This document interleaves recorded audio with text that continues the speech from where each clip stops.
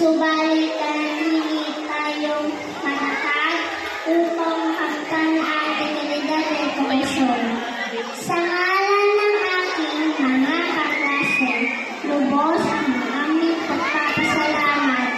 Unang-una sa Komite sa kanyang paggabay sa aming araw-araw, sa aming mga magulang, sa walang sawang suporta, pamamahal at paggabay, upang kami ay lumaki na may takot sa Diyos, pamamahal at respeto sa kapwa.